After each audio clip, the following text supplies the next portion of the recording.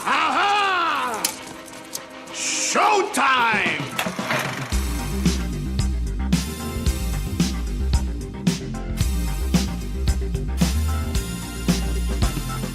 He didn't fall?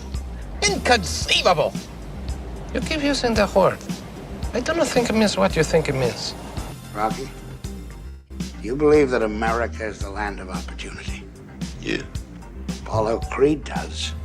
And he's gonna prove it to the whole world by giving an unknown a shot at the title.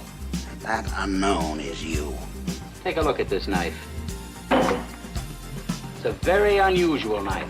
I've never seen one like it. Neither had the storekeeper who sold it to the boy. Aren't you asking us to accept a pretty incredible coincidence? I'm just saying a coincidence is possible. And I say it's not possible.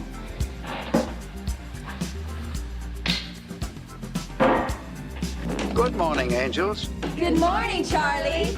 My name is Charlie. Meet the most elite crime-fighting force ever assembled.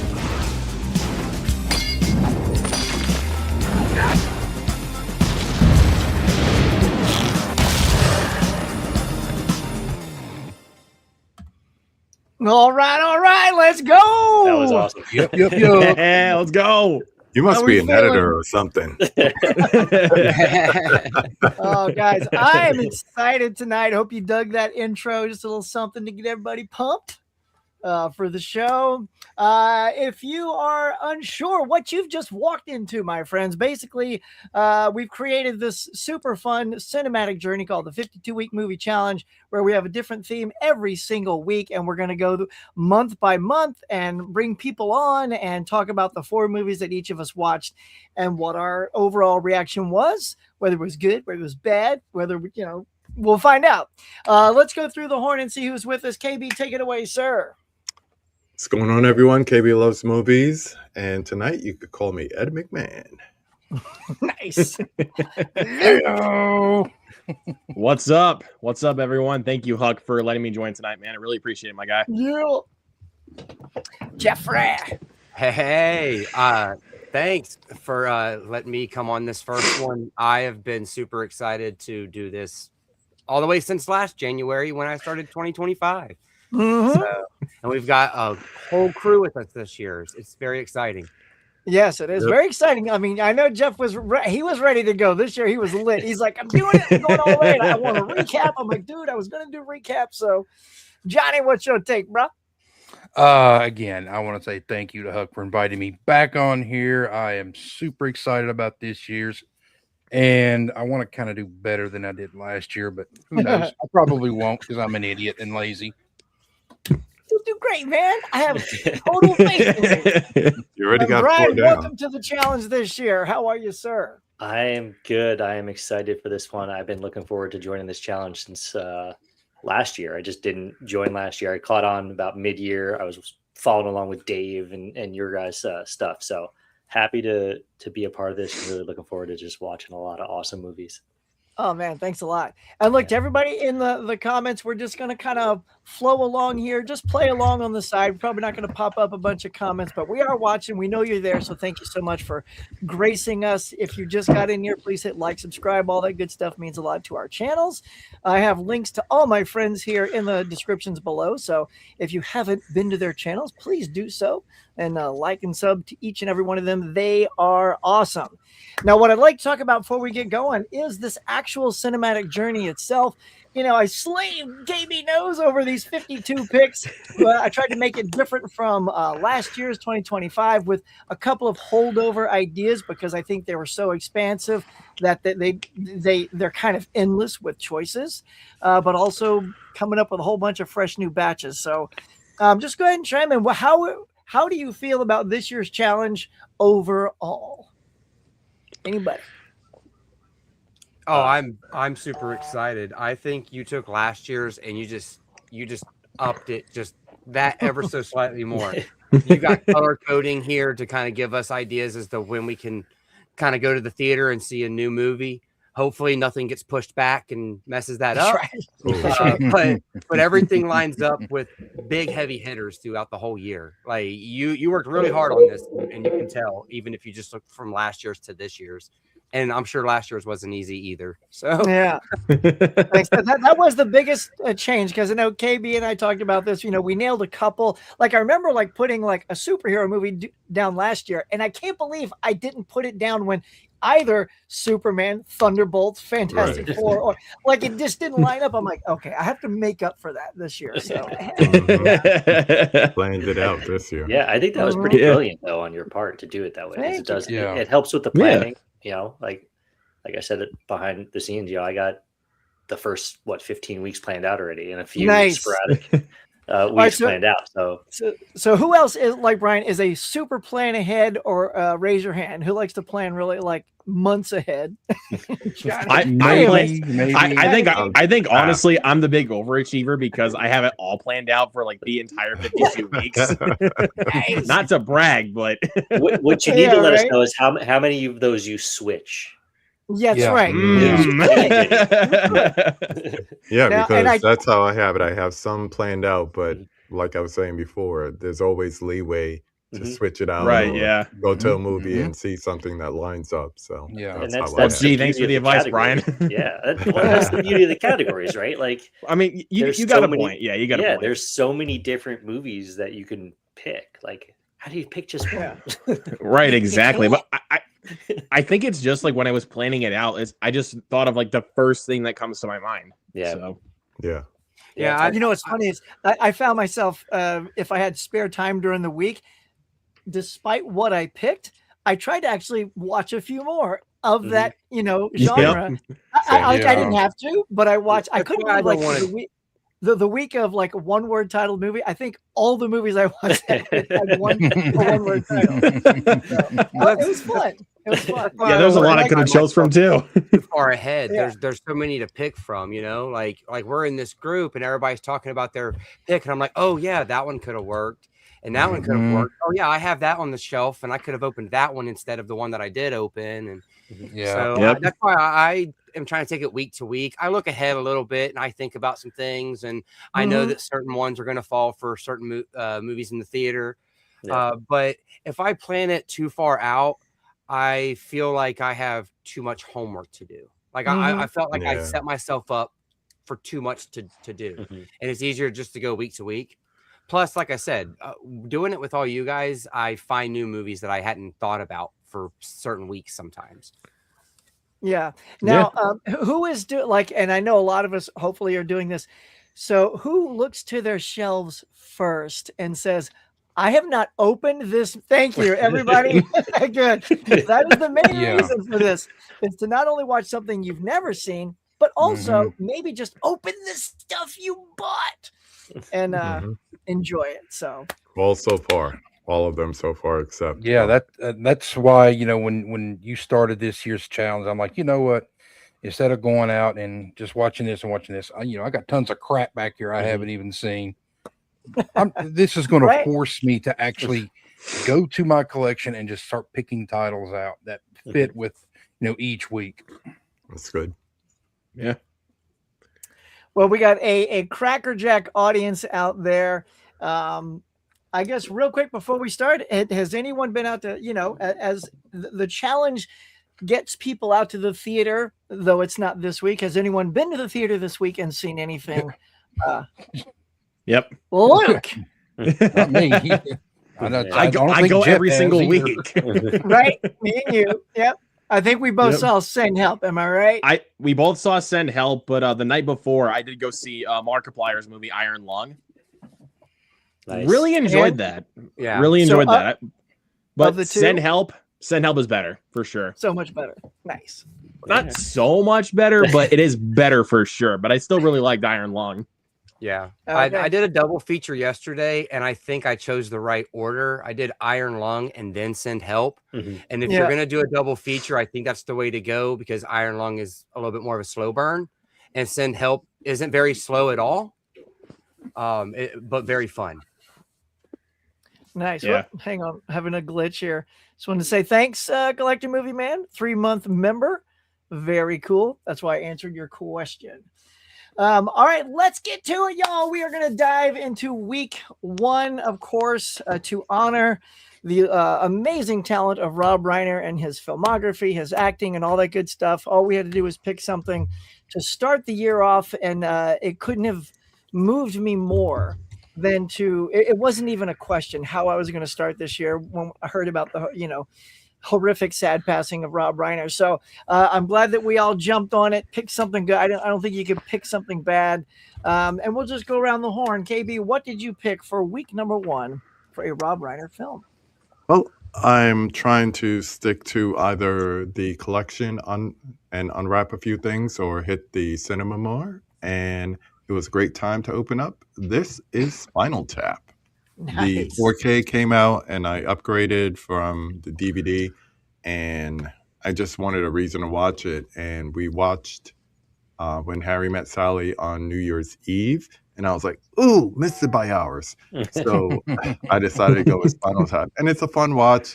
The transfer is okay, but it was just an exciting opportunity to do it and a good reason to. So I enjoyed checking out Spinal Tap once again. It wasn't a first time watch for me. Yeah. Anybody else? I've seen Spinal Tap. I love that movie. I think it's hilarious. It's. I don't think it's everybody's cup of tea because it just isn't. But if you like offbeat, there are moments like the whole Stonehenge thing as it's coming down and it's this big, and you got the little people running around almost crushed, and of course all the improvised dialogue. I love the pods and trying to get the pods open. But my friend Kimberly, when I first reviewed this, I don't know, like back in 2017, she said, while I like the film, I'm just not one of those people that love the film. And I like the fact that it's original, but it's just, I originally didn't want to add it to my collection. And then when I did, I just said, you know what? Once every 10 years is good for me. And I almost made 10, but it was a good reason to open it up after 9. Hey, I'm glad you opened it. Luke, what'd you do, bro? All right. Well, this one was due for a rewatch for me. I have the Scream Factory Blu-ray release right here, and you can already guess what it is just by that. Misery. Yes. Nice. Yeah, this is one of my favorite films of all time. I mean, just the concept surrounding like Psycho fans is not done better than this film. I mean, Kathy Bates won the Oscar for this film for damn good reason. And she plays such a great psychopath of Annie Wilkes. Like, just like her arguments, like between Paul Sheldon, like how she's basically like tormenting him. It's like you're on the edge of your seat the entire time, like the whole way through, and it's all due to the great direction from the great Rob Reiner. So, had to pick this one of my all-time favorites. Good pick. That's such a great pick. I remember seeing that film, and I thought to myself, and especially when she was nominated, horror and fantasy rarely gets the love it deserves, but once in a while something comes along, and when she won that, I was over the moon. I'm like, yes, genre film. Anybody else on Misery? I watched it at the end of week 1, but it wasn't my week 1 pick, so it was just one of those ones where I happened to watch 2 Rob Reiner films that week. So yeah, I remember going to see that in the theater with my mother. She was like, yeah, because my mother was huge into like horror novels and Stephen King. Yeah? And she's like, yeah, let's go watch this. And I'm like, okay. I was like 11 years old or something like that. And then, perfect. The sledgehammer scene, it's it's a hard scene. Brutal. Yeah. Jeff, how about you, bud? So I actually don't have the first one because I only have 2 Rob Reiner films in my collection, and I had just opened up Spinal Tap and watched it, I don't know, maybe a week before he passed, so well before we had thought about the challenge. So I ended up streaming Rumor Has It. I will not be adding that to my collection.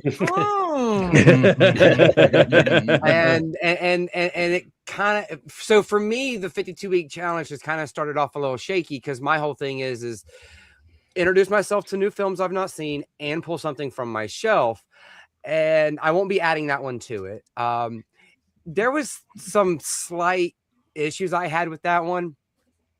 I'm not like the biggest Jennifer Aniston fan. She's great in Friends.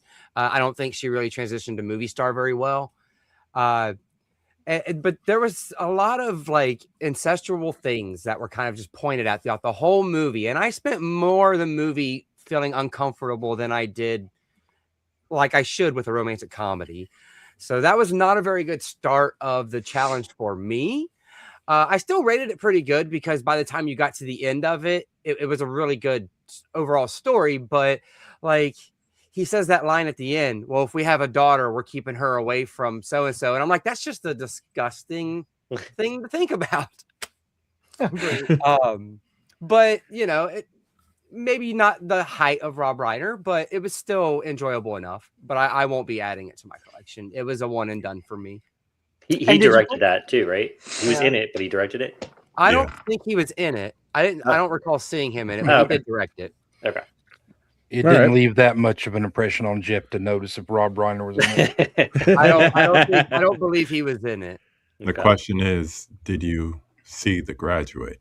Because that's how. Yes, I've seen The Graduate. So I got all the, I got all the the callbacks and everything.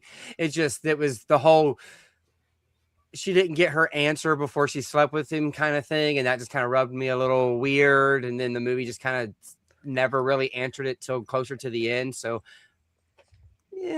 for me, it just didn't sit real well, but hey, if everybody likes it, that's them. Like I said, I gave it like a 2.5 out of 5. I found it to be very average. Mm-hmm. But kudos to you though and I guess you hadn't seen it, so that's why you sort of selected that one. And and that's a good thing that you said that, Jeff. So let me know if anyone had to stream their picks and if that streaming swayed you to one and done it, or if you're going to add it to the collection. I think that's a good tip. Johnny, how about you? All right. With Rob Reiner passing, he does have this amazing filmography as a director, and everybody's going to go to whether it's Spinal Tap, Princess Bride, Misery. I do have a Rob Reiner title in my collection that I had never seen before, and so I went with LBJ. Oh, interesting. If you've ever seen Going All the Way with Bryan Cranston, which is essentially the same damn thing this is, Going All the Way is a lot better. Oh, wow. I did not buy Woody Harrelson as LBJ because I think LBJ, he was like 6'5", and Woody Harrelson is maybe 5'11". So right there is I was immediately turned off. I'm like, he is, Lyndon Johnson towered over people. He was a big Texan, and Woody's not tall at all. Yeah, but I mean, they got some of the mannerisms right with him. Where he always had his staff in an office while he was taking his shit and had the bathroom door open. Yeah, they said. And then there was a scene with him wanting to get like, a pair of pants bigger, because he's well endowed and there's something from his bunghole. This movie sounds really weird. Yeah, it does. It shows him like he's taking over after President Kennedy's assassinated and trying to push through the Civil Rights Bill. But Richard Jenkins is in it. He plays some kind of senator who's a all-around piece of shit human being because he's a racist bastard. I mean, he was the one bright spot in because Richard Jenkins. I mean, he's actually good in this. Woody, I think he just sleptwalked through it because I don't buy him once as LBJ, but I think I gave it like 2 stars and 1.5 stars of it goes to Richard Jenkins. He's underrated. Richard Jenkins is underrated. Good actor. It felt like a TV movie. Yeah. And most of them felt like they were doing caricatures. But one thing I will say, the makeup jobs were great. Oh, yeah. Especially Jennifer Jason Leigh as Lady Bird. They did a fine job on her as it progressed. You could see like the little details on it. So I do remember liking that. Brian, how about you, bud? What'd you watch? So I went with The Princess Bride. Yes. Classic. Nice. This is my favorite Rob Reiner. This was unopened prior to this challenge. It's the Blu-ray. I don't have the 4K. But I mean, I remember watching this in theaters when I was a kid, and I just rewatching it now, like in my 40s. Andre the Giant is so fucking good in this movie. Like I don't think I appreciated it as much, but like now rewatching it, I was like, damn, he was fantastic in this. But I mean, you just have, sword fighting and fantasy and just, a really good love story. It's just a fantastic movie. So I had to go with Princess Bride. I'm trying to use this challenge to watch movies I haven't seen, but for week 1, I had to go with a rewatch just because it's my favorite Reiner film. Yeah, honestly, I thought it was going to be more nostalgic picks. I'm glad after 2 duds, Brian, you were able to bring in. I mean, a winner. That's going back to what I was saying earlier. There's so many movies you could pick. We didn't have one duplicate, right? Oh, we haven't done yours yet. No, not one duplicate. Yeah. Well, I'm about to show you mine. We'll find out if there's a duplicate. But I will also, what's funny about Princess Bride? That is a movie. I'll be honest, sort of a little bit like with Spinal Tap. I didn't care for that movie when I first saw it because I had missed it, and it was so hyped that when I saw it, I just didn't get the appeal. Really? Okay. But I saw what could have been good, and then I watched it again, and I'm like, okay, watched it again. I'm like, okay, I'm starting to love this movie, and now I just love it. Like I don't know what set me off on the first viewing, but now I'm a super fan. So nice pick.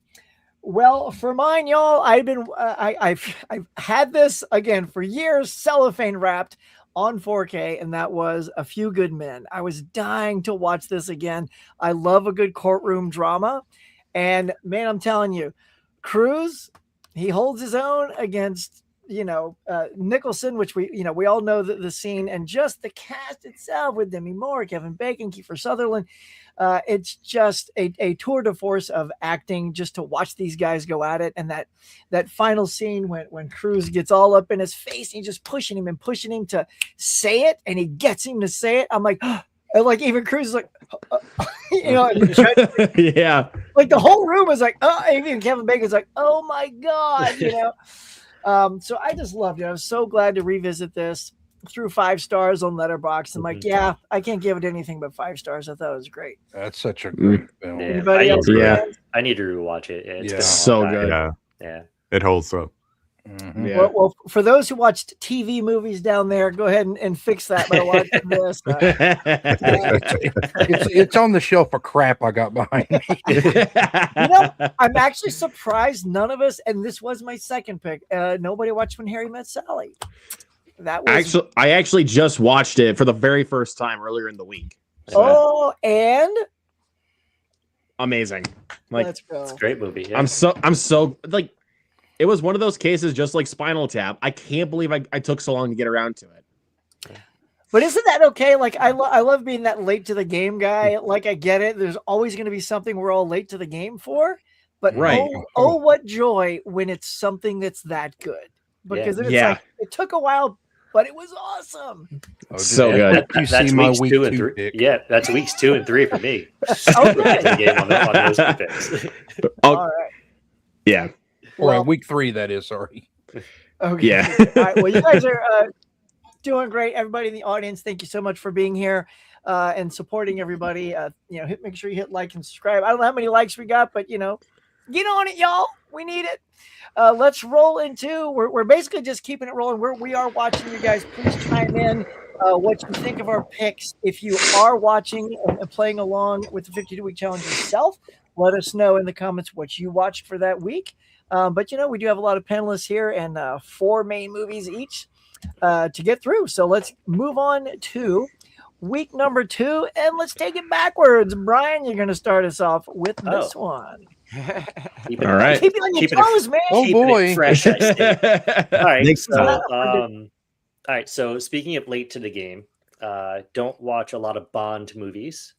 And my buddy sent me this one, and he's been yelling at me to watch it. I went with GoldenEye as my one-word title. Okay, that's a good one. Excellent. It's Brosnan's first go as Bond, and I loved it. I thought it was really good. I think he gave it like 4.5 stars on Letterboxd. I know, Huck, we were chatting about it, Mhm. and I think you commented on my video.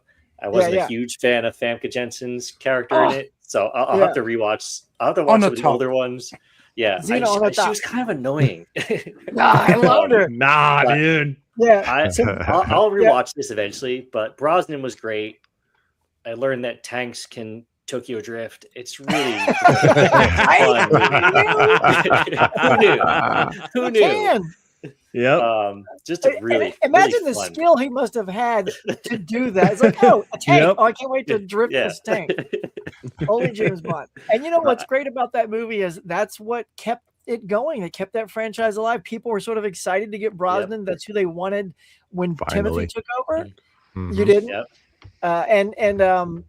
And he just, he kept it alive, which was great. And yeah, you sort of inspired me because I rewatched it as well. And Yeah, I think you said you love saw Xena. it. So as a big Bond fan, I love the over-the-top henchmen. So Jaws, Odd Job, people like that. And Xena kills people with her thighs while getting them into bed. I love that. Yes. And she looks fantastic. So yeah, Yeah, come she on, looks Brian, great, give her yeah. another shot. Yeah, she looks great. I'm not going to say that. She looks fantastic. And Who the else? You got a music soul in that that? you two did with it. Oh yeah. Yep. You too, and Tina Turner too. It was Yeah, Tina. Yeah, Tina Turner. Yeah, Tina had the main Knows the song. theme So song. yeah, Yep. I love Tina Turner. Dude, that's a great pick for a one-word title movie. Yeah. Johnny, Yeah. what'd you pick? Okay, for my week 2, I was going to go with a title that I have in my Criterion collection, Todd Haynes' Safe, with Julianne Moore. And I think that's when the awards, I think the Golden Globes had either were getting ready to come on or the Academy Awards had just been announced. I can't remember which one it was. And I decided to go with Begonia. That's my streaming movie. And because I love Yorgos and I was a huge fan of Poor Things. And I wanted to watch, and I sat down. I had to watch it on my laptop because my wife says I'm not watching that shit with you. So I was sitting there watching it, and I'm Wife's like, not a Yorgos fan. "Oh no, she don't like watching most of the stuff I watch anyway." Now, if my niece comes in and says, "Yeah, I want to watch it," my wife will watch it with us. But if my niece says no, I'm like, "Nope, she don't want to watch it." And I texted a buddy of mine and I said, I'm getting ready to watch Begonia. And he goes, yeah, it's kind of weird. And I just sat down. I'm like, this is really, really good. Jesse Plemons is great in it. I love the damn the score in it. I'm glad it got nominated, but I don't think it's going to win because I think Sinners is going to take that. And Emma Stone's great in it. I was shocked. How many of you on here have seen Begonia? All right, with the Jesse Plemons is left, and then it's just his cousin and her in there. What he does. That scene. I was like, Yep. I was completely taken aback by that, and I was like, no, they're not going to end it like this. That's just too much of a cop out or something. No, they can't do that. And they did. I loved Begonia, so I was going to pick it up during this past month, but as you all know, this is the Arrow sale, so I'm not picking anything up other than Arrow. But I am going to go pick up that 4K Begonia.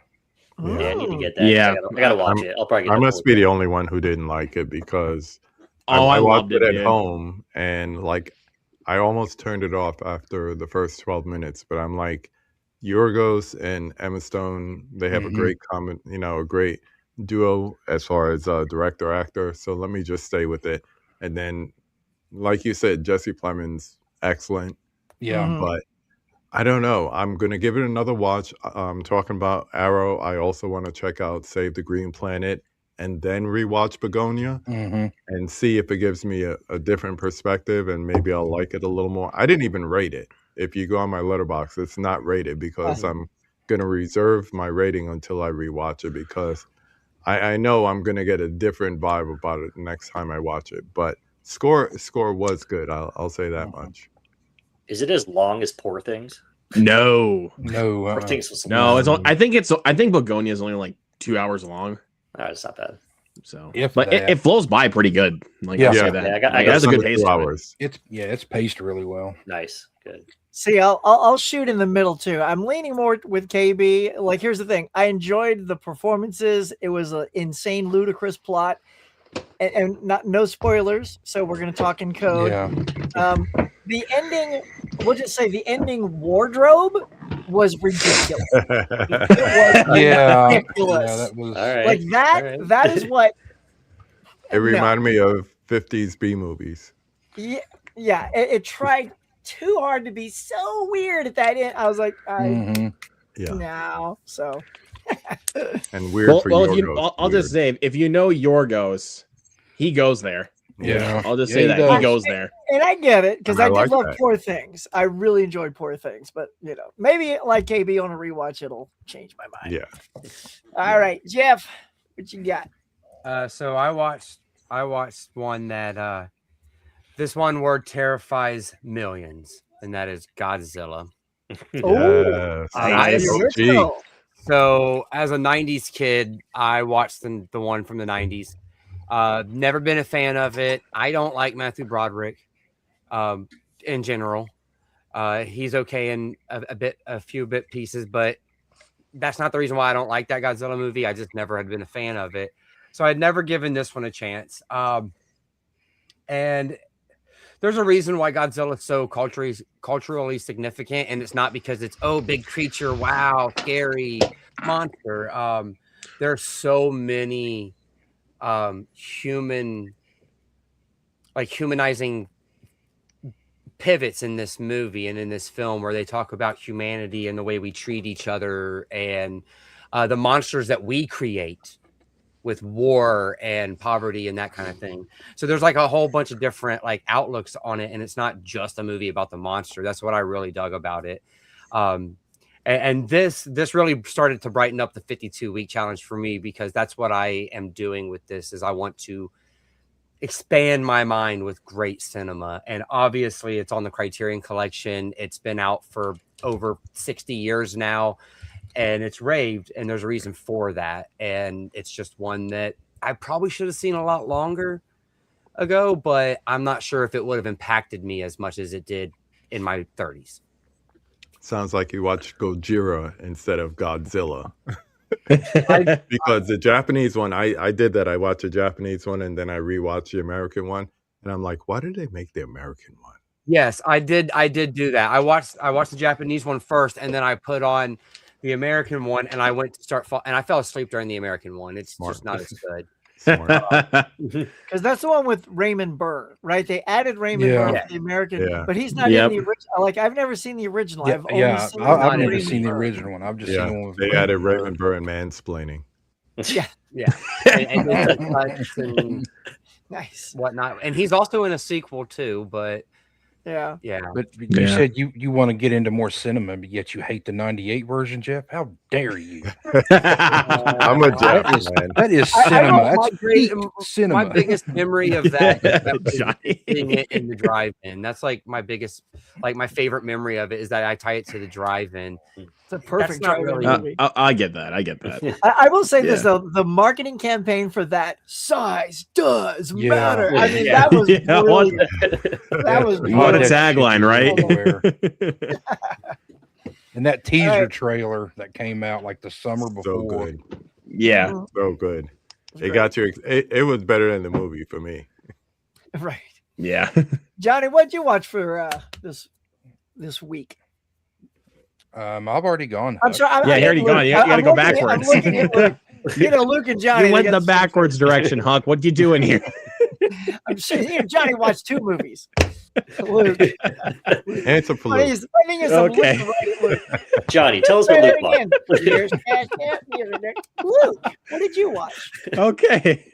If I can calm down and stop laughing.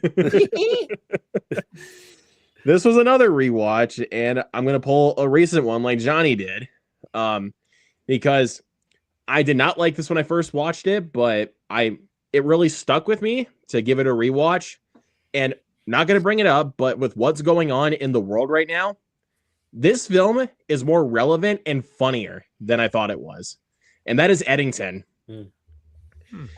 Yep, this is the latest film from director Ari Aster. You guys know, of course, Hereditary.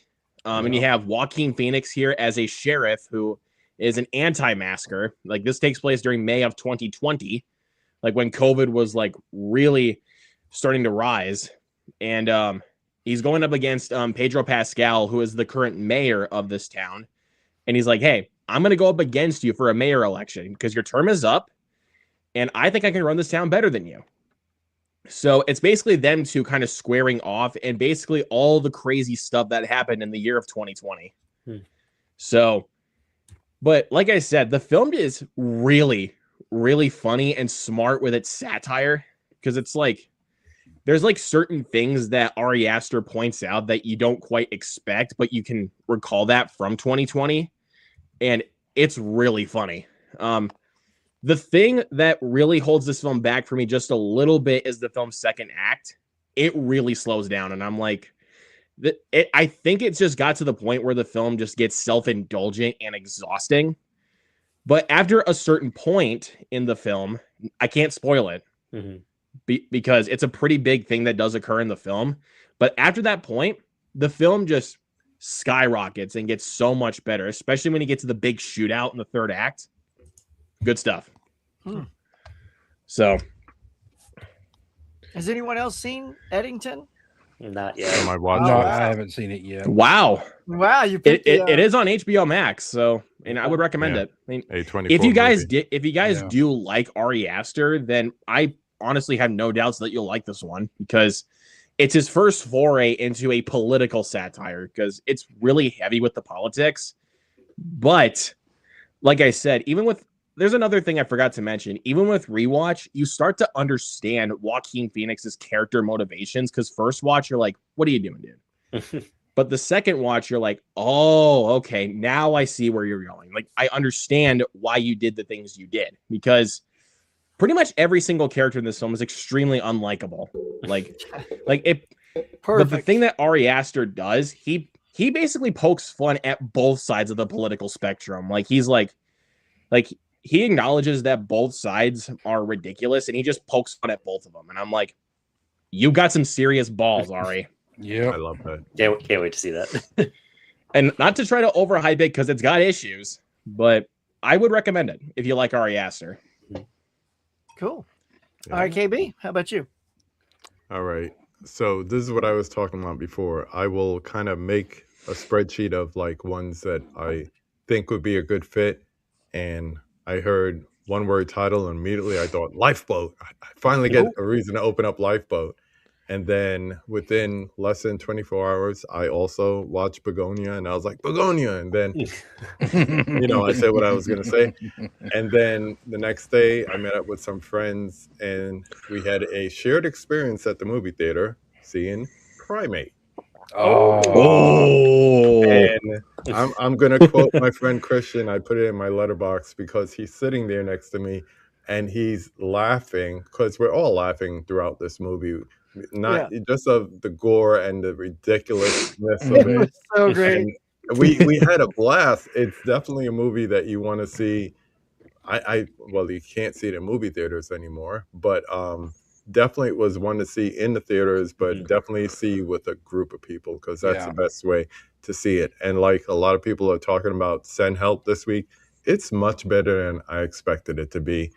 The writing, could have stayed at home with that, but just I don't know, different things like the way they moved the camera around, that was elements of a horror movie but different. The score was great, the use of shadows were great gory kills, and I like the practical use of the man in the monkey suit, but also Spoilers without context. Wasn't it you who said we're not giving away anything today? Anyway, I was just holding my face. That was it's called spoilers without context, KB. I know, it's like those little emojis with telling the whole movie. And believe me, seeing it is a whole different experience than just referring. Yeah. Normally we would have to wait for the physical media to get like the director's cut to see that's extended scenes of kills. I think they showed it to us in this movie, and the visuals are great. I don't know how it's going to translate at home, but when it comes out, I definitely want to get it, watch it here at home, and see if it's different, because we always talk about, especially with horror movies, that's a theatrical shared experience time. First weekend, go see that horror movie. That's how I think this is the way it should be experienced. I want to see if it holds up at home. But that was my pick because I had a great time.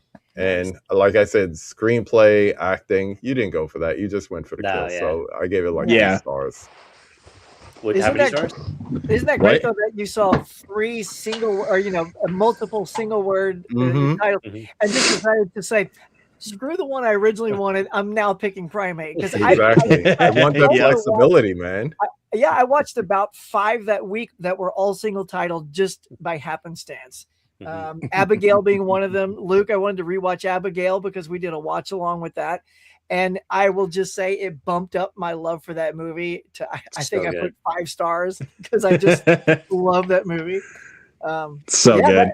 That's the fun thing. And KB, you're right. I think the horror, that movie, and even like when I saw Send Help, just the shocking moments, and you hear the collective from everybody in the movie. I love that. I love that.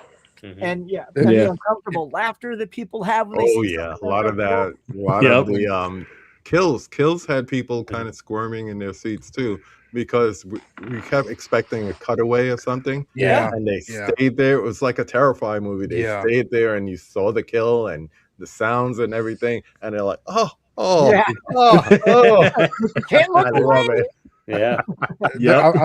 I'm wondering if they actually did shoot it, and maybe it'll come out on the 4K. But those of you who've seen it, the kid who has the shovel, who's upstairs in Primate, you don't see what happens. I hope that's included because my wife was like, "Where the hell's the kid with the shovel?" And I'm like, I hope they show that in its entirety. But I think it was the only off-screen kill, wasn't it? I think that was the only off-screen kill. I think they did that. I like the runtime to tease the audience as to where the chimp was, because if you showed the kill, you'd know, but because you didn't know who won the shovel fight until it was revealed, and like, he did not do well. So I didn't mind that one sort of unshone thing because they didn't let us down. To me, this was sort of like Heart Eyes from last year. Those kills were so Heart good. Eyes is Heart Eyes. Looking forward to part 2. Yes. 2026. All right, so I'm going to get to my little one-titled movie. And again, this was in my collection. I've never seen it. And so I checked out Snowpiercer with Chris Evans. And man, did I enjoy this movie. It was such a, for those who haven't seen it, it's basically man has done it to himself again. The entire planet's frozen over. Life is supposedly dead outside of this train. Everybody that's on this train is presumably the last humans that are alive. And you got the poorer people in the back, the richer people in the front, and never the twain shall meet until they do. And it's just a fascinating movie about culture status. And I will say I love the movie, except for the very, very ending, which was just like.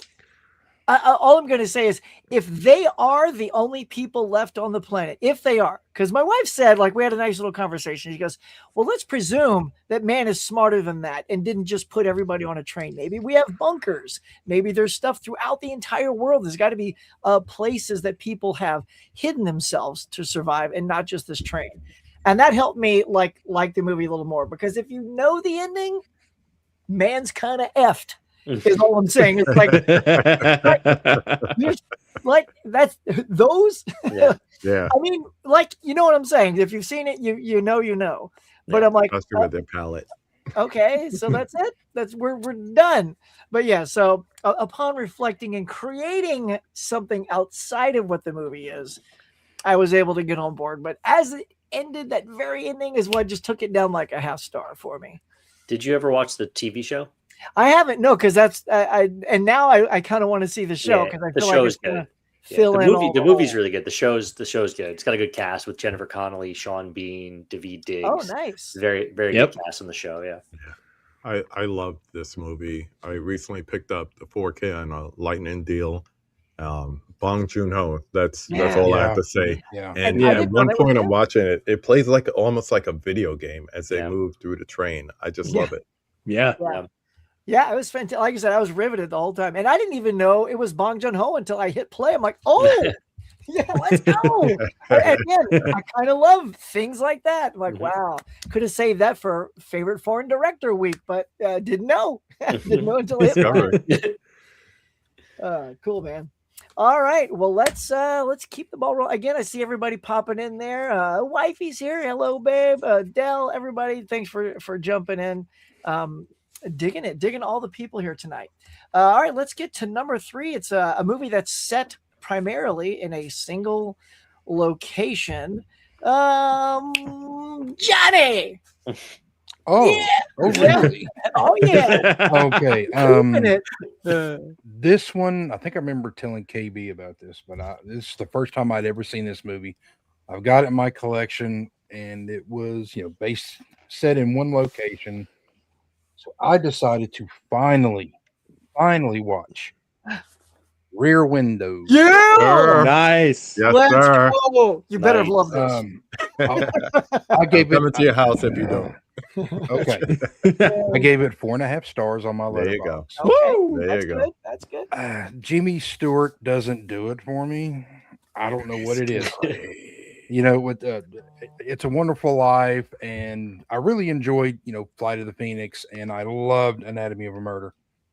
But for this, I'm like, okay, but Grace Kelly, Right? Come on. absolutely stunning and amazing, and Raymond Burr.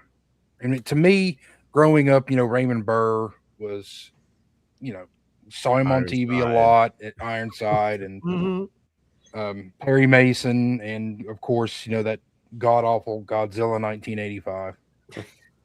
But he is just absolutely menacing in this, and I don't, for those of you who haven't seen it, I'm not going to really spoil it, but there's that scene for those of you who have, where he's actually looking around and he just looks up from across the courtyard and he sees Jimmy Stewart and he's like, oh shit, Jeff's in trouble and Jeff's got nowhere to go. I thought this was absolutely amazing for a first time watch. I really like, my favorite Hitchcock film will always be North by Northwest. Excellent. But I liked Rear Window. There's just something about Jimmy Stewart I can't stand. God, I'm sorry. But yeah, I gave this 4.5 stars. Had it been somebody else other than Jimmy Stewart, he would have gotten 5. Half star because it was Stewart. It was Jimmy Stewart. That's a great transfer too on the 4K. Oh God, great movie. Yes, it is. I have it picked out for a future week. So. And I've had this for like a year, and I'm like, I'll get around to it. I'll get around to it. And I finally saw it, and I loved it. Hi, doggy. KB's gonna sick his dog on me now for That's right. Jimmy Stewart. This dog's name is Jimmy Stewart. Go get Johnny. No, Ahsoka only attacks the Star Wars movies. Johnny, that reminds me. Like I've watched all my Hitchcock things in Blu-ray, then I've upgraded to 4K. So now I'm compelled to rewatch them in 4K. Can't wait. I love that movie. Now I'm going to be crazy and jump around, so let me know if I forget anybody. Let's go, Luke, since I screwed your name up last time. Why, you went over to Johnny first? I'm just kidding. Exactly. I'm just kidding. I was talking about last round, but I know. it is what it is. That's why I'm going to you. Get it right. That's why I'm giving you crap, Hawk. Right, but my pick for primarily in one location is another one of my all-time favorite films. And really intense, by the way. Buried. So good. With Ryan Reynolds. Very good. Yeah. Stuck in a coffin 6 feet under. Only has his phone and a lighter. Nothing else. He tries calling for help. Does not work. Because he's stuck in there for 90 minutes. And it's just like, you're wondering if he's going to get out. And also plus the camera techniques for like how they shoot like a certain scene that's like from the side of the coffin. Like it'd be impressive to look at some like behind the scenes kind of stuff, like with like how they shot certain scenes like inside the coffin, and it's amazing. And plus, this is one of Ryan Reynolds' best performance. Like I know he's Deadpool, but like he doesn't get enough credit for like the dramatic side of his talent. And plus, this is the one I think honestly solidifies that, because you're just like, you feel bad for this guy because it's like he's buried alive 6 feet under, and you're like, is he gonna get out or not? And the way the movie ends, no spoilers, but it's devastating. Yeah. Are the bonus features not on there, Luke? Do they have a making of? Is that? They have a making of on the Blu-ray disc right here. So maybe check it out. See how they. I'll have to check out. Yeah, I'll have to check out some of the behind the scenes. Because all they got on the Blu-ray is just the making of the movie and the trailers. That's it. Mm. See, I'm very claustrophobic. I feel like watching that movie with you might not like yeah, you're probably not going to like this one then. I haven't seen it in a few years, but I remember really enjoying it. Huck will be in his living room like, I got to get out of here. I got to get out of here. Just go outside. Oh. Again, I can't spoil how this movie ends, but it's devastating. Yeah. Oh. All right. Brian, let's go that way. All right. So again, kind of late to the game on this one, and I feel like if anybody that watched the intro, you spoiled two of my movies in your intro. 12 Angry Men nice. was my pick. This one takes place primarily in the room. I just thought it was funny that you had Princess Bride and 12 Angry Men in the intro. That's great. But yeah, first time watch. Absolutely love this movie. I purposely bought the Criterion to watch it for week 3 because I didn't have it. Pinkies up, and it was my second Criterion watch of the month after Princess Bride. So, I'm making fun of Johnny behind this backstage, and I'm watching Criterions myself. So, just a fantastic movie. I mean, it's a classic. Henry Fonda, Ed Begley. I don't even know everybody else that's in this. Jack Warden. Jack Warden. Great cast. I really, and I don't know his name. I think it's Joseph Sweeney, the really, really old guy. Yeah. Juror number 9, I believe. He was fantastic. And the cover gives like the jurors in order. I thought that was a really nice touch on this cover. Yep. But what a fantastic movie. Yeah. That might be my favorite black and white movie. It's so good. It's that good. My favorite Criterions. Even I own that. I own that too. Yeah. And I wish you told me you were gonna buy it, because as much as I love it and the features and all that, if you get the Kino 4K, you also get the remake as well. I did notice that. I'm a Criterion guy, so I had to. Okay. Then you. Yeah. I did look for the Kino, and it was sold out everywhere. Yeah, it's like really. Yeah, so I don't think. I think it went out of print, but I went with this. It's readily available on Amazon. So I watched those last year, Brian. There was a courtroom drama challenge. Yeah. I watched the original. And then because the Blu-ray was packaged in with the 4K on the Kino for a remake, I watched the 97 one. Nice. So they are both good. And I'm a Criterion guy as well. If they don't hurry up and release it on 4K through Criterion, I might still buy the Blu-ray just because it's a Criterion. So I totally get that sentiment. I think I may have seen the remake. I can't remember, but I do want to watch it. I didn't watch it this particular week, but I do want to watch it. Yeah, strength of cast in both situations. Yes. And because the cast in the remake, you got Jack Lemmon, Ving Rhames, Courtney B. Vance. No, it's not Ving Rhames. I'm an idiot. Courtney B. Vance is in it. I know that. Yeah. But it's got a really, really good cast in the remake too.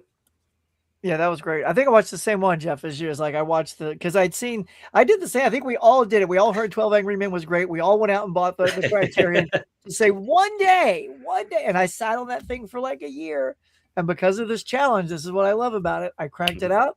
And I'm telling you, instantly, before it was even credits hit, I was 5-starring it on Letterboxd. Yeah. I'm like, it was such a fantastic acting piece. I could have hit play immediately again and watched it again. That's how just good it was. And the entire cast, like all 12 guys, like are just fantastic in it. And they just, different spectrums. And like I said it in my video, like it almost kind of feels a little bit still relevant, right? With like just the storyline behind it.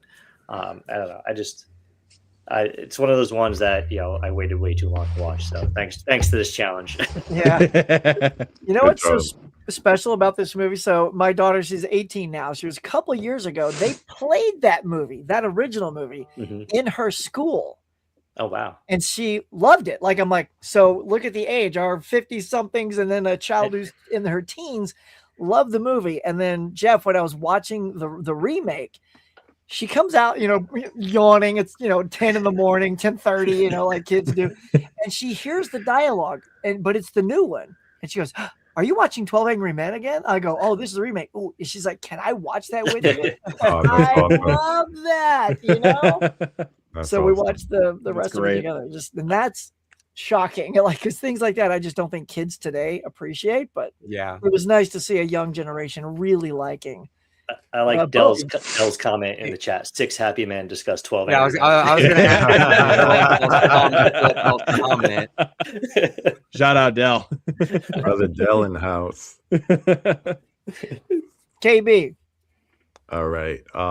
Before I give my pick, shout out to the third KB. My daughter is doing the challenge as well, and every Sunday she comes to me, "What are you watching this week?" So and she doesn't necessarily watch them with me. She has her own list and she's doing her own thing. So she was down here doing laundry and she's like, "I want to do my challenge." And she's going through the library and she's like, "I'm going to watch Saw." And she had never seen it before, so I didn't want to give it away. And I'm like, not really meeting the challenge, but I wanted her to see it. So she watched it and then she's like, "That didn't really hit the challenge requirements." I'm like, "Well, it was still good." So then she went from Saw the Ex Machina, so fill that category. And then the next night I watched Breaking In, which is a Gabrielle Union movie. And then I watched Panic Room. But then I finally still went back and watched Lifeboat. Oh, So there we go. I had to crack it open, man, because I don't know. Everybody knows the big Hitchcock movies. They don't really know too much of like the early 40s and 30s and so forth. But I'm always amazed by how much takes place on that boat. And just to give you a hint, it takes place on a lifeboat. But it's just a really great exercise in the human condition. And like we were saying before about Godzilla and monsters, and they want you to believe that the kaiju are the monsters when it's really the human element is the true monsters, and you really see it here in Lifeboat. So maybe not the most known Hitchcock movie, but this is a Kino Blu-ray. If you're ever looking through a Kino sale and you want to find a $7.99 blue just to like fill up your cart or whatever, check it out. It's a good movie. It's worth the rewatch. I gave it 4 stars and a like because I hold it in that much regard as far as Hitchcock's. And I'm going through all my Hitchcock collection and re-ranking them. So that's up there with 4 stars and a like. Great. Nice. I love Lifeboat. If you guys haven't seen it, that Blu-ray that KB just showed off. I've never seen it. It has a bonus feature on there, and it shows you. I mean, this is for a movie back in the 40s, and there's bonus features. There's a making of about how Hitch created a lifeboat that he can put the camera in the middle of, pull it apart, and shoot all the way around this lifeboat. Yep. It is fantastic. Like that's the kind of movie. In fact, all the Hitchcock movies, as soon as I watched them, I watched the making of immediately after, and it gave me like an even richer experience. And most of them have some kind of behind the scenes, because especially when they redid them for the Blu-rays to Universal, they got Patricia Hitchcock to come in, his daughter, come and talk about the history, and they have production stills from back in the days because he was methodical about that. Right now I'm going through a series with really old films, Harrison and the 2 guys from Geeks and Flicks, and we're watching a lot of Hitchcock movies. We did 3 episodes, and then we just did the 4th one last night, and we're talking about the lesser seen ones now. And we did movies such as The Lady Vanishes, Sabotage, not Saboteur, The Original Man Who Knew Too Much, not the Dorsey Que Sera Sera one, and I can't remember the others. But the whole thing about it is that he has such a great filmography, and it's like the Rear Windows and Psychos and North by Northwest that people know, but you get to see the advent of all of the Hitchcock tropes, the wrong man, and the human condition being the thing in these early movies. So I don't know, check it out. It's definitely worth the watch and worth your $7.99 on sale. Absolutely. Yeah. All right. Here. Jeff, how about you, bud? What'd you pick? So the one that I picked, me and you, Huck, we actually chit-chatted about this one after I watched it. I had a lot of fun with this. This was given to me, I think, from Corey a couple years ago, and he said, you need to watch it. And I put it on my shelf, and I didn't watch it until week 3. But I went with Fall. Wow. Nice. I know that Corey's not in the chat. He'll be watching the replay, but thank you, Corey. If this wasn't on my shelf, I probably wouldn't have watched it. It's staying on the shelf, and I will be watching it again soon because there's a twist in the film. I won't spoil it, but now that I know the twist, I really want to go back and watch it because there were things that were said. Like, I'm sitting here watching the movie with my wife, and there's things that one of the girls kept saying, and I'm like, you know what? I'd push her off. She needs to shut up. I'd push her off. That doesn't make any sense. Why would she say that? And then when you find out what the twist is, it's like, okay, that makes a lot more sense to that whole conversation. So I really want to go back and watch it now that I kind of know what to look forward to. But instead of being 6 feet deep, you're like 600, like with Luke's 2,000 feet 600 feet up. Yeah. Anxiety inducing. And it is super anxiety inducing. Every time you think they're about to just, they're about to be done, more anxiety is just driven. They think they have help. Well, that help doesn't go too far for them. But I was one that as they're climbing it, I'm like, these girls are kind of dumb. So I went into it with that mentality, and the whole time I'm just kind of getting a little more agitated, a little more aggravated, just a little more on the edge of my seat. But I think that's what the film was supposed to do. So I had to give it high rating. I think I gave it 4.5 stars. I really enjoyed it, and I feel like it's a character study in a way as well.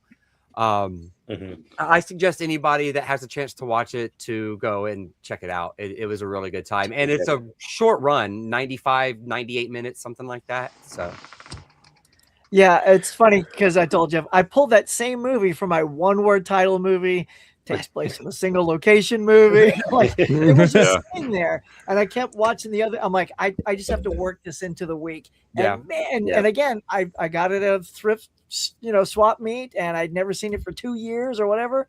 And it was gripping, and like you said, the girls were just ridiculous. But I was in though. I was in for the haul. Yeah, and it fit for week 2, 3, or 4. Technically, because it's not really a horror movie, it's more of an action movie. It can be kind of horror if you're scared of heights. That's where it's really thriller. But it works for week 2, 3, or 4. So I had a hard time placing it where I wanted to, because I'm like, I think I have to watch it in this first month. And I'm glad that I did. Is you can work movies into many locations.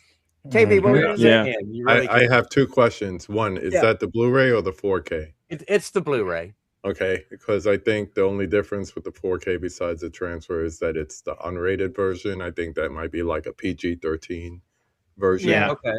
Yeah, PG-13. So you don't miss much, just, a little more gore on the cuts and stuff in person. Okay, so my actual question would be, did they upgrade the audio? Because if it has Atmos, that would be a selling point to me. I'd say it probably does have Atmos. I don't remember, but the other thing is the Blu-ray doesn't, and the Blu-ray is post Dolby Atmos. I'll have the to Blu-ray look is that new up. enough to have Dolby Atmos, but they just gave it a DTS. So The other question is, Yeah. what size is your screen? Yeah, the What 4K When they're up screen did there- you watch it Best on? Buy has when they're up there and that bird's flying around them and Yeah. stuff like It that, is would be Atmos. really cool to hear. It is Atmos. It is Atmos. Okay, Yeah. I might have to upgrade it. Like I did, I enjoyed it that much. What size is your screen? I need to just buy it in general. How I big don't is know my it yet. screen? I got the 65-inch CX OLED. Yeah, because I think that added to the element of it for me too. Watching that on a big screen, and they're like you said, 2,000 feet up is like, ooh, that adds to the. Even if you don't have like fear of heights or anything like that, it really played into the movie that way. They look down a fair enough, like a fair enough amount of time. Yeah, and that platform was so small, barely, no railings, nothing. I was like, oh my God. Yeah, like I said, We're watching it, and I look at my wife. I said, there's people that actually get paid to put those light bulbs in, like to climb up there and put that light bulb in. There's somebody that has big enough kahunas to have that be their career. Not me, but someone does. Better be a good paying job. From what I understand, each time they climb, it's like a $45,000 paycheck. Insurance. Oh, you're a very expensive light bulb engineer. Yeah. Yeah. Wow. All right. Wow. All right. No more tense. All right. Let's bring it back down to the earth. My single location. We're pulling all of Huck's ears into this live. That's stream. right. I know. Yep. So this movie I watched, I only had on DVD, but man, I dug this movie. That was Phone Booth. For Colin Farrell and Kiefer Sutherland. I love, man. It's like a little nail bite. Oh, you got a Blu-ray. Yeah, I got that Blu-ray. Oh, dude. This was so much fun. So I'd seen it before. This was a rewatch, but I hadn't seen it since grabbing that Blu-ray for like 50 cents at a thrift store. And it's basically Kiefer Sutherland's basically all on the telephone, and he's telling Colin, you need to do what I tell you to do, or I'm going to kill you, or I'm going to kill this person. And I want you to say this to your wife. I want you to say, after this girl, I made love to. No, you say what I tell you to say. And it just keeps escalating and escalating. And I applaud this movie for also having a very unconventional ending. If you've seen this movie, it doesn't do what you think, usually, I'll just say that usually it's the ending you would expect is what you'd expect, and they didn't do that, and that was appreciated. And Kiefer's voice, they couldn't have hired a more perfect person to literally be acting on the phone for the entire thing, and of course they gave it really good audio quality. It didn't sound like a tinty phone. They made it like he's standing right next to him, which I appreciate that, because you want that essence. And even though this was DVD, I could kind of hear stuff behind me, which was kind of nice with just a whatever audio's on this thing. But I want Luke's Blu-ray now. I enjoyed this movie. Yeah, it's a good one. Anybody else? Another one of my favorites, dude. I love this one. I think that so Blu-ray is good. kind of hard to find, and I love how many people like talk good about that movie now, because I've always been a big fan of Phone Booth. I remember watching it with my grandma when it came out. We rented it from like Blockbuster or the likes of, and we watched it. And I told her, I said, one day I'm going to own this movie. I love it. And I remember when it came out, so many people like talked bad about it and said it was not a good film. And it just like, I just remember it just did not get very good reviews, and most people said, oh, you don't like good movies if you like this movie. And I love how 20 years later, it's now like, hey, this is actually like a really good film. Like people have finally decided to give it a real chance. Yeah. But here's the thing, though. One location movies like this, especially like when it's literally one little spot, like Luke with Buried or this, that it's so hard to keep people engaged. Lifeboat, you're right. That's it. Snowpiercer could also be a one location thing, but the train is very vast, Longer, Things like this, you've really got to have great camera work, good dialogue, interesting shots. Luke, what were you going to say? Sorry, bud. I was going to say, like the scene in particular where I'm just like, oh God, I don't know what's going to happen there is, once he first hangs up the phone, I'm just like, uh-oh. And then it rings again. I'm like, shit. And he's like, I'm going to give myself up. I'm like, dude, don't give yourself up, man. Yeah. Forrest Whitaker is fantastic in that movie too. But like Forrest Whitaker's great. Yeah, like it's a movie that's just nonstop tension for 80 minutes. I know it's a very tight little movie. I think it's like an hour and 28 minutes. That's short. But also here's one more thing I did want to say about that. Jeff, you want to know why people talked bad about it back in the day? It's because people only remember Joel Schumacher for Batman and Robin. I mean, this is true. This is true. That's the only reason why people talk bad about it. I forgot that was a Schumacher film. That was Joel Schumacher. And I kind of feel like it came out at not quite the right time. You know what I mean? Like, sometimes films hit better 10 years later for the current audience that's watching movies. And I feel like Phone Booth might be one of those, because I watched it last year with my oldest son, who's going to be 18 soon, and he's never seen a phone booth. There haven't really been a phone booth in his life. It is dated. But what is that? But the phone booth itself, like the concept of it, is still not so far out of grasp that you can't explain it to someone that's never seen one. Right. Oh, well, 20 years ago, not everybody could afford to have a cell phone, so they had little spots where you could drop a quarter in and make a call. That's easy enough for even people today that's never seen a phone booth to understand the concept of a phone booth. So it still doesn't. The movie hasn't like been lost with time, I don't think, and I don't think it ever will be because it's an easy concept to explain. I was about to say, oh my dude, that's I think 20th Century Fox. It's a 20th Century Fox Blu-ray. And I'll get you real good. Back in the day when they used to take 2 Blu-rays and they'd hot glue them together and shrink wrap them for $14.95. That's how I got my phone booth. I got it for like $7. Wow. I think I was going out shopping for my birthday one year. And I go to this CD shop that sells movies, vinyls, that kind of stuff. I see this there for like $8, and I'm like, that is mine. Nice.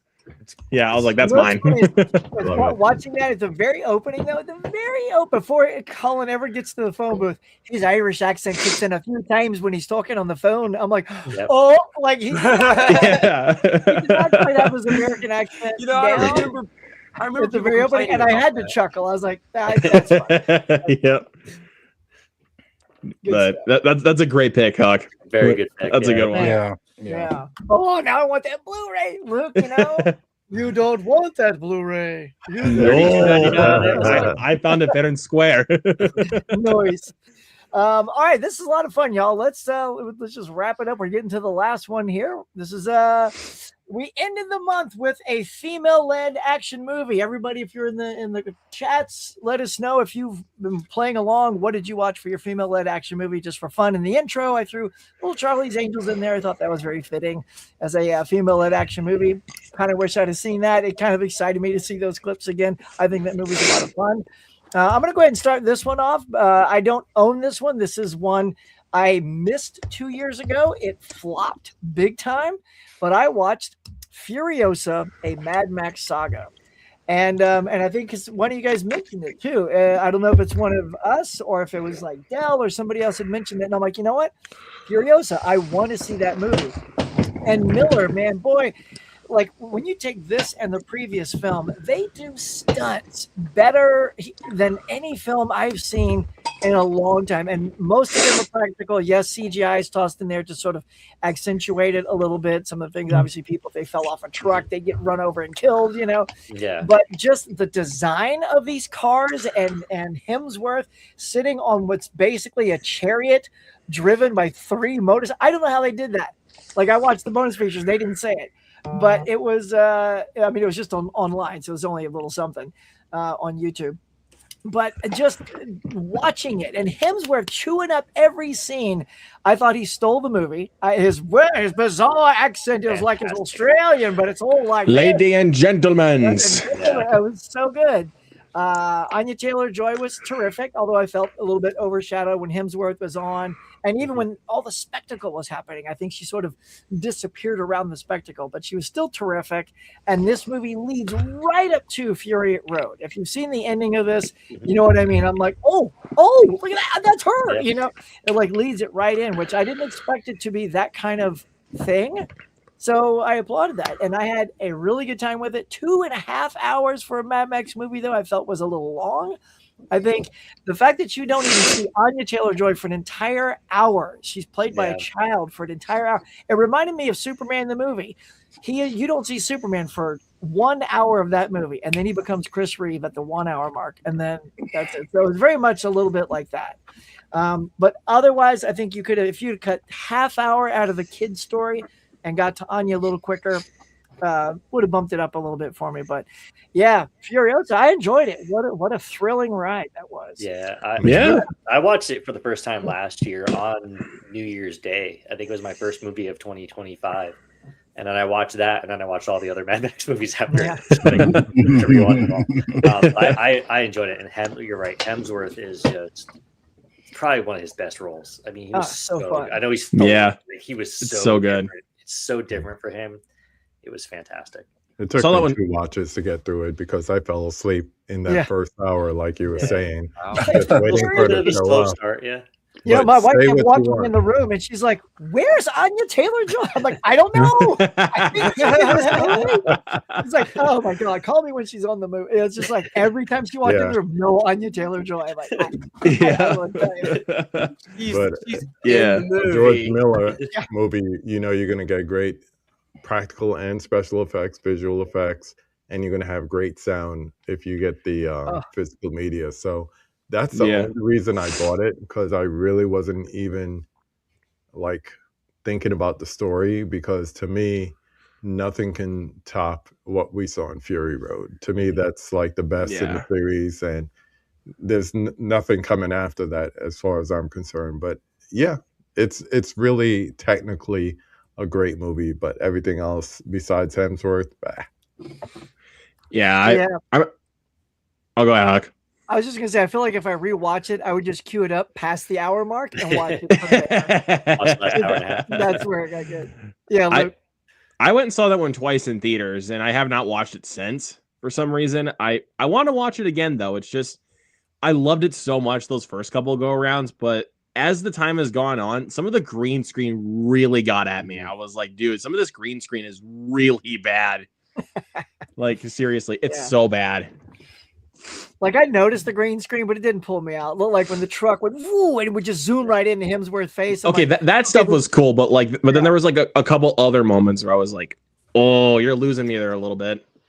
But those trucks, oh my god, that massive tanker they were driving, and oh god, those reminds me of a Steel Frontier on on steroids. All right, KB, what'd you watch, buddy? I try to watch all the MCU at least movies, if not the shows. So I finally watched The Marvels. Oh. I'm sorry, Johnny. I had to do it at least once. No, that's not it. Oh, okay. And I couldn't think of a way to review this movie. Much more, just to say that as far as the TV shows, I love the originality and the authenticity of Miss Marvel. I know it's not for everybody, but I grew up close to Jersey City. I spent time in Jersey City. I know a lot of Indian families, and that is the stereotypical Indian family. So everything that you see as far as Kamala Khan's relationship with her family is spot on. And I was hoping that some of those writers will follow over to the movie. And honestly, it was the best thing that I enjoyed about the movie. Probably one of the few things I enjoyed about the movie. But I will quote my wife when she says, "I can see why people hated this movie, but I think it's funny." So, and that's me doing my wife's Brooklyn accent. Speaking on myself. Yeah. So you're overall like yay, or enjoyed it enough? It happened. It happened. That's right. what I'll say. I watched. I didn't pay very much for this. This is the 4K Steelbook, and I probably paid like under $10 for it, so I'm okay. Yeah. I enjoyed it. I saw it in the theater, and it, it was just blown out as being horrible. It was exactly what I was thinking it was going to be. No more, no less. Like, it was a fun flick. I will say this too, because everyone comes down hard on Brie Larson for not having more fun in the first movie. And you know what? They let her have a lot of fun. They just said, have fun, be playful to all those haters. Just have fun in this one. And that's the one thing I walked away with. You know what? I appreciated that. If I take anything away from this, it's that she just said this to the fans and go, I'm having fun. It's done. Yeah. Had fun watching it in theaters. But haven't watched it since. Oh, go ahead. I was just going to say, characters don't dictate the way a show or a movie is written. If a director says play it stoic and you play it stoic, guess what? But people take too much like or hate to people, to actors, based on what they seen them in a movie. So I don't get that at all. No. All right, Luke. All right. Another rewatch. I had a week full of rewatches here. But when it came to the female-led action movie, I literally just thought of just the first movie that came to my mind, and I went with Ballerina. Oh, good. Nice. Ballerina, the John Wick spinoff. Here's the thing. The only thing that I didn't really like about this film, even though I love Keanu Reeves, was the inclusion of John Wick. I thought it was forced. Yeah. Because if you guys remember, Chad Stahelski went back and did some reshoots and included John Wick. And I'm like, well, you lost me there. Yeah. I mean, didn't really need him. No, like if it was just a like full on Ana de Armas like action vehicle, it would be a 5 out of 5. Like, because it's like the action is so good and so well directed. So many creative action sequence ideas. Like one in particular was the grenade fight that she has at the gun shop. That was so good. And also the ice skate fight scene. That's really good too. The flamethrower and the water hose fight scene. I like the flamethrower. Yeah. So many great fight scenes in this movie. And Ana de Armas did a fantastic job performing a lot of these stunts. So, and she proved that she can be capable leading an action movie. And Len Wiseman did a very good job directing the film. I think he's a very underrated director. Mm-hmm. So now, is this my least favorite in the John Wick franchise? Yes, but is that saying much? No, because the rest of the franchise is just that good. So I think I like Ballerina slightly better than Parabellum. I get that. I get that, but I like Parabellum just a little bit more. Yeah, I'm the other way, just a little bit. I wasn't crazy about Mark Dacascos in Parabellum. His villain character was a little weird, but I did like Ballerina. I had a lot of fun with that. I saw that in theater. I really enjoyed it when I saw it in theaters. My friend who I saw it with felt the opposite, and I'm like, have a little fun, dude. Yeah, I liked it. I enjoyed it. Really enjoyed that. That's a good pick. I really enjoyed that when I left. It was one of those where it wasn't doing well, and I was so lucky because it had already left the theater after 2 weeks. I had to hunt it down, and it was showing like at one showing in the afternoon at 3:00. So I told Becky, I'm like, 3:00, I'm going to Ballerina. And I'm so glad I saw it. It was just a good time. I walked out, I'm like, that was a blast. Yeah. I'm sad it didn't do well. Me too. All right, Jeff, what'd you watch, Captain? So I watched one that was on the TV a lot in the 90s growing up. My parents absolutely loved it. And that is The Long Kiss Goodnight. Oh, so good. Charlie Baltimore. Really good. Yeah, she kicks so much ass in this movie. If you're talking about a lead female, you can't really get much better than Gina Davis in The Long Kiss Goodnight. I mean, she outshines Samuel L. Jackson doing what Samuel L. Jackson does best. And he's got all the quippy one-liners that he had all through the 90s and all of his action movies. He's perfect for the role that he does in this, and there's nothing wrong with it. But she just outshines him. She just does. And I hate to say it because I love Sam Jackson in like everything. And I even love him in this. But somehow, some way, he got outshined. This was such a fun time. The only thing I didn't like was I didn't like the husband, the ex-husband. I don't like him. I don't particularly like that actor.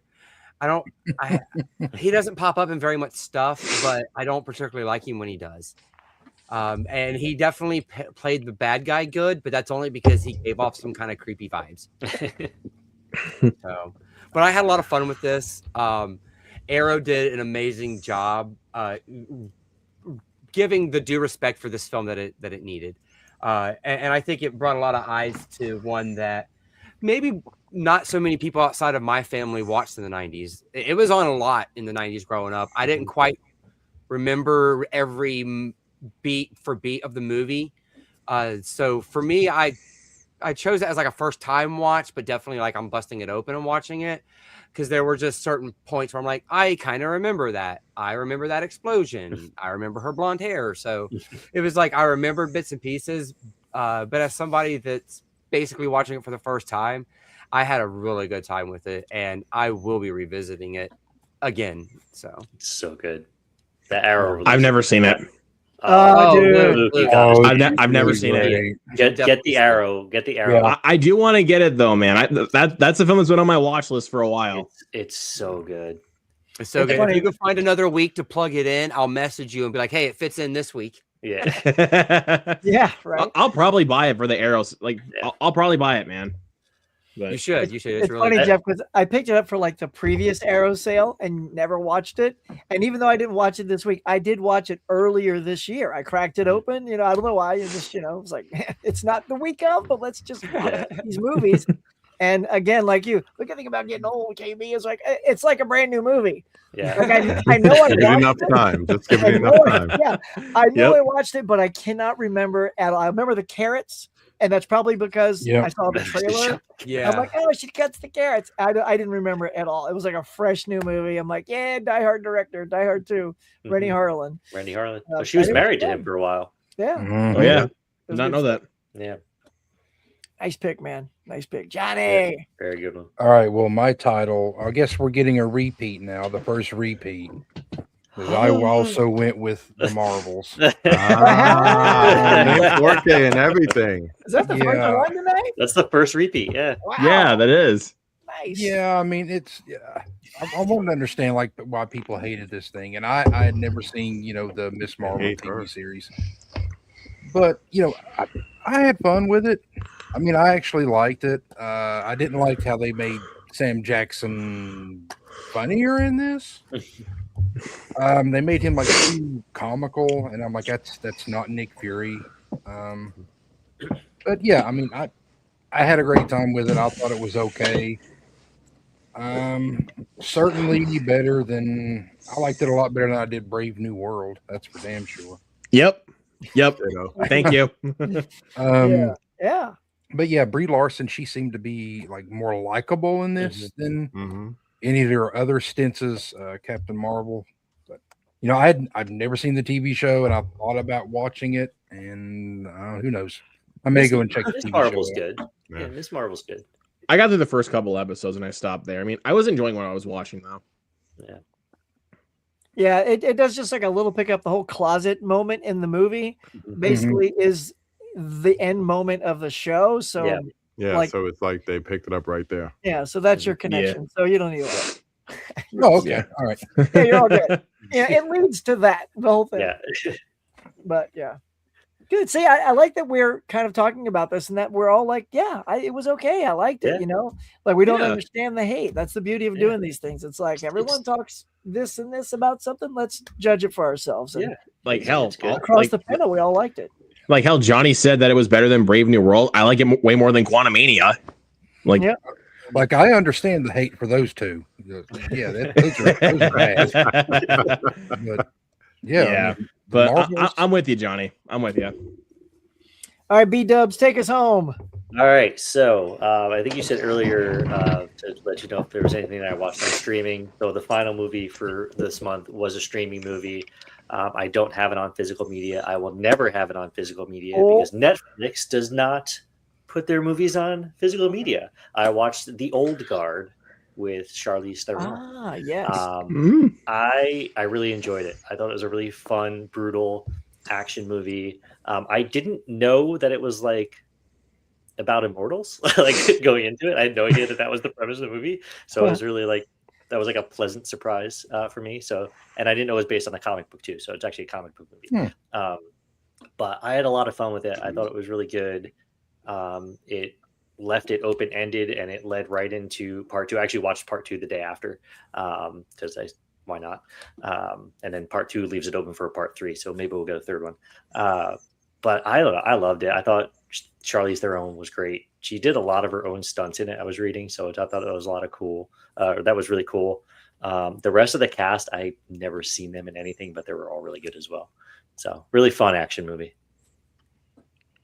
Anybody seen it? It's funny, but I went to a screening of The Old Boy too. Like when you go to these screenings, they tell you, because now that it's out, I can say I saw it because you're like NDA, you're not supposed to talk about it. And I'd never seen the first one, so I was just watching the second one, and it was entertaining enough. So yeah, the second one wasn't as good as the first one, but yeah. I forgot the second one even came out. I was came just out about to say, I last don't year. even remember the second one. I think it Yeah, came I out in don't remember that movie at all. 2025, yeah. Has anybody the se- seen The Cleaner with Daisy Ridley. I forgot that I watched that one too. So because again, I sort of themed up my week, and after Furiosa, I'm like, I've been wanting to watch Cleaner, and now that I think it's on HBO Max. Okay. Man, that was like, it was not great. It's like she's stuck out on this, when she's a window cleaner. I'm like, is she literally a cleaner, or is she going to be like Leon the Professional, that kind of cleaner? And she stays out on that rig for like 2/3 of the movie. It's like, okay, less dirty windows, more Die Hard, please. Because it could have been a one location film. It is, yeah. Because once she got in, it was fun. But man, it was just like, come on, yeah. So that was like 2 stars for me. I was like, no. It's such a boring and safe movie. I remember seeing the trailer for it, but I haven't seen it yet.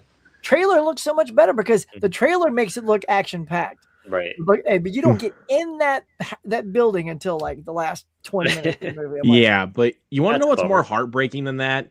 It's Martin Campbell that directed it. Oh, the guy that made GoldenEye, Casino Royale, The Mask of Zorro. What happened? I know, exactly. Oh. Well, like I said, every director has a dud. It was fun. Yeah. All right, y'all. Well, that is our first 4 weeks. Congratulations of this month of January. Yeah, boy. Woo! Fantastic picks. I am shocked we had only one repeat. John and KB, kudos. You get the repeat award for the night. I think that's interesting though, because again, there's so many different movies. I feel like the Rob Reiner week would have been the one where we would have had like a duplicate. Surprised we didn't. Yeah, for sure. I thought that was the one. Well, 2 of us didn't pick those offshoots, I still wasn't expecting it to be 20 different films. Yeah. I figured there'd be enough repeats that we wouldn't even get over 20 different films to talk about. So we went quite over that. Yeah. Bravo, everyone. So if anybody likes some of these picks and you've never seen it and we sort of talked up a good game, put it on your watch list. Go to if you do Letterboxd, put it on your little watch list. It's a lot of fun. To tell you guys and everybody in the audience what's coming up for the month of February. Week number 5 is going to be your favorite foreign director. So watch a movie from that director. Week number 6, to encourage people to watch older movies. You are encouraged to watch a movie from the 1950s or earlier. So you can go 40s, 30s, but just, ingratiate yourself with some of that amazing cinema that came out, a long time ago. And week number 7 is going to be a comfort movie, whatever that means to you. What puts you in a good mood? If you're in a funk, you grab this movie, you pop it in. I know I have a few. Grab a comfort movie on that week. And finally, done on purpose, as we pointed out earlier, sometimes I'll drop a movie intentionally. It is watch a movie starring the lovely Courtney Cox. Huh, what? This times perfectly? No way. For the new Scream 7? Lo and behold.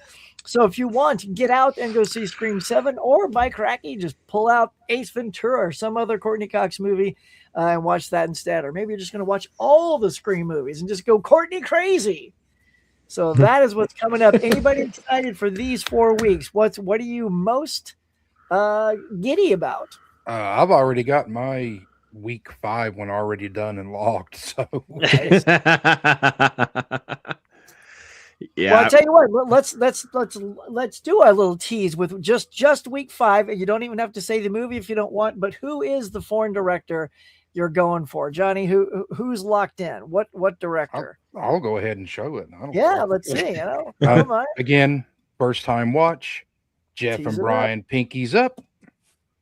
7 Samurai. Oh, so good. Nice, man. Enjoy that, man. funny. Watch it tomorrow. No, Nice Sunday movie. I've already seen it. I've already done it. Oh, you watched it. You already watched it? Nice. Yeah. All right, I put it David. Did you watch one sitting, I or put it did in my you? letterbox, and I said, I regret not watching this before watching the Magnificent Seven. Yeah. Yeah. Seen them. You've seen the story before. Yeah, and I'm like, oh, It's just God, this OG. is So great, dude. good. I did it the other way. So I watched Seven Samurai and then watched the Magnificent Seven after it because I knew it was like the same. Yeah. Like, Yeah. But did you get it through in one sitting, or did you split it up because it's like almost 4 hours? I got long? it through in one sitting. Yeah, that's Way how I to did it. go.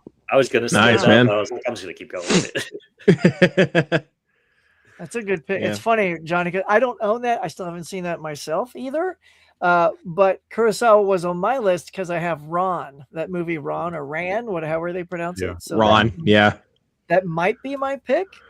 That's a good pick. Don't know yet. How is Ron? Is that? I've never seen it. I've seen it. And I'd say 4 out of 5. okay, that's pretty good. Same. What directors you got, Luke?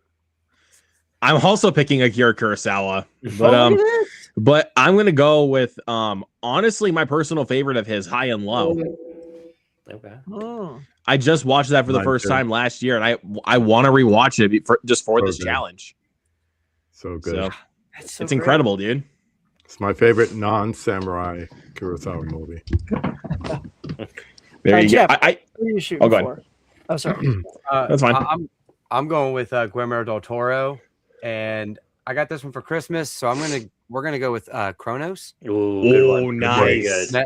Never seen it before, but me and my wife absolutely love his very film, and it's just one over the years we just hadn't got around to watching yet. So pretty excited. For I can't wait to get your thoughts. I really enjoyed that when I watched it. Yeah, I haven't That one seen took a second watch for me to Yeah. really appreciate.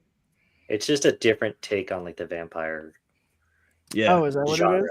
Yeah. Oh, It it's is. a vampire movie. Okay, even Yeah. even better. Sorry, 'Cause I don't. I spelled that for you. like, My bad. It's So what's No, your that's, going in blind? no, Brian, that's the plot hook right there. yeah, it's a different take on it though. It's not your typical story. Sorry, Jeff. oh no, that's fine. Like I didn't even realize it was one. Yeah. It was just one that my wife gave me for Christmas. She was like, she's like, what Del Toro movies don't we have? And I said, well, go check my Criterion wish list. And she seen that one on the wish list and grabbed it for me for Christmas. That's cool. So Nice. it's not Very good. the last of his films we've seen, but it's just the next one I have in line to go. So Nice. Brian, who you leaning on? I'm also going with Guillermo del Toro. He is my how fun. favorite. He's one of my favorites. The only movie I have not seen from him is Hellboy 2, so I'm going to watch Hellboy 2. Oh, that's I fun. love Hellboy too. Nice. The only one I haven't seen. I I'll liked it I'll better than the rewatch the original first one. Hellboy just for the fun of it, and then I'll watch. I Hellboy 2. love both of those movies, man. Yeah. Oh yeah, the first one's great. Yeah. So KB, to make it an even split, you have to pick Guillermo del Toro. So we have 3 Akiras and 3. I have too many. I mean, I could open up Pinocchio and watch that. That was good. The good, Because good. Oh, I it's a used good to one. have a screener Yeah. one, Yeah. and the Criterion came out. I bought the Criterion, but I was actually thinking, if not Hitchcock, because I still have some unopened. I was thinking either Bong Joon-ho, which I've seen most of his, but Park Chan-wook. I miss no other choice, and I really want to see that. And as Dull knows in the chat, he put me on the Thirst. I didn't know about that movie. That's a great Park Chan-wook movie too. But I really want to see No Other Choice, so I need to see might that do too. that. I gotta see that one too. That looks fantastic. Yeah. Yeah, Yeah. it was good. Like, Okay, I haven't I'll seen it. probably It watch looks fantastic. I want to see okay. it. Yeah. I know the Oscars kind of snubbed it. So Yeah. As Oscars do sometimes.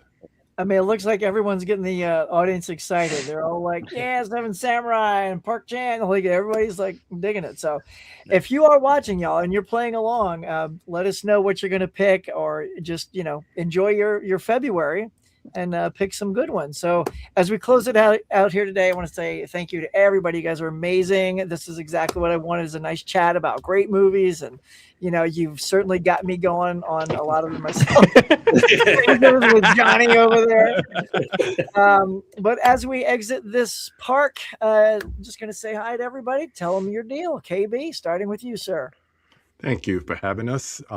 Looking forward to the other episodes as well. KB loves movies, bringing back the conversation, and also the podcast. So I'm going to have a return guest on the podcast to discuss a little bit something different for your Valentine's. We're going to be talking erotic thrillers, but also going to have some new guests on the conversation, and then I will have that as podcast episodes as well, video podcasts, hopefully. So just looking forward to like new changes. And if you look above Sir Hitch, you might see a little clue of one of them, but neither here nor there. Something to look forward to. Sounds good. Luke, my man. All right. Well, thank you again, Huck, for inviting me on here, man. This was a ton of fun. Luke Ponto on YouTube. I do movie reviews, physical media content, watch-alongs, hangout streams, and also started up a new live show called Horror Hounds, where we talk nothing but horror. I did have somebody on this panel as a guest about a couple weeks ago. But as far as what I've got coming up, tomorrow night at 7 p.m. CST, I got a watch-along coming up for the 2025 version of The Naked Gun. Oh, nice. Fun. Yes. That's a funny movie. Dude, I literally just told my sister to watch that tonight. She goes, all right, Brian, I need a good movie. Tell me. I go, you want to laugh? You had a hard week? I said, watch that new Naked Gun. Nice pick. Hardest I've laughed in the theater in a while, dude. It's too funny. Dude, yeah. So good. All right, Jeff. Thanks for the invite, Huck. Lots of fun. I really enjoyed doing this challenge. You guys can find me at John Doe Juggalo on all the socials. I do a monthly live stream now with Johnny where we put our pinkies up and talk about Criterion for a couple hours at the end of every month now. So if you guys want to keep an eye out over on my channel, we'll be sure to be doing that pretty much every month now. I love it. See those pinkies, Johnny. Look at that. Let's do it. Oh, yeah. All right, Johnny, keep it going, bud. All right. Again, thanks, Huck. Thanks for inviting me on here. I had an absolute blast, especially with everybody on the panel. John, what's Johnny watching on YouTube? Johnny_likes_movies on Instagram. I usually post every day on Instagram about a new title that I just did pick up. I am going to be on a live stream with Mega Mike. It's a Criterion battle. Pinkies up. And we're just going to be battling it out with a bunch of other Criterion snobs like myself and just all around tomfoolery. Do you know who Criterion's going up against? No, it's all of us. We're all battling so each other. Criterion panel. Oh, okay, because Mike does all these battles. I never know what's going on. Franchise battles, boutique battles. He's like, yeah, you're going to. I know I'm going up against James from 20th and 21st. I know that. Wow. Yeah. Yeah. I told Mike, I said, well, it was nice while it lasted. Yeah. Brian?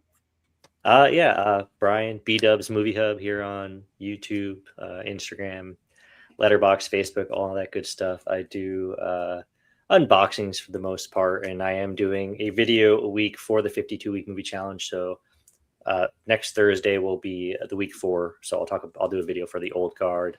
Thank you, Huck, for having me on. I think this is the first time I've ever been on your channel, so I appreciate that. I think it was the same for me too. Yeah. No way, really? Yeah.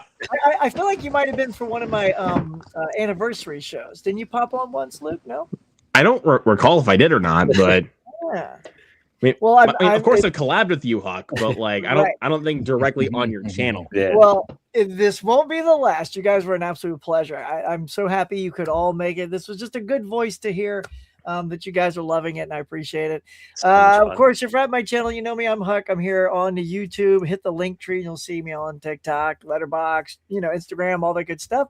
I do Out of the Theater reactions. I have one coming up for Send Help that I'll be posting either tonight or I'll do it tomorrow. And on the morning mug that happens every Tuesday morning, I started a new thing that actually ended up being pretty good. It's called This Versus That. And I had you guys tell me what you want me to this versus that, what you want me to do a little battle for. And then I've subclipped those and popped them on as a short. And dude, of course, Batman versus Superman. Everybody's got to hear about that. So it's kind of fun to create this new thing. If you want to see what it's like, drop on by on Tuesday morning and you'll get it first before everybody else gets it on that rewatch. So that's it, y'all. Keep doing the 52-week movie challenge. It has been an absolute pleasure with you gentlemen this evening, and tune in next month. We're going to do another recap with maybe some fresh faces and maybe some returning favorites. So that's it for today, y'all. Thanks a lot. And KB, what's that thing that we want to tell them? Go watch a movie. Go watch a movie. Good night, everybody. Night. See ya.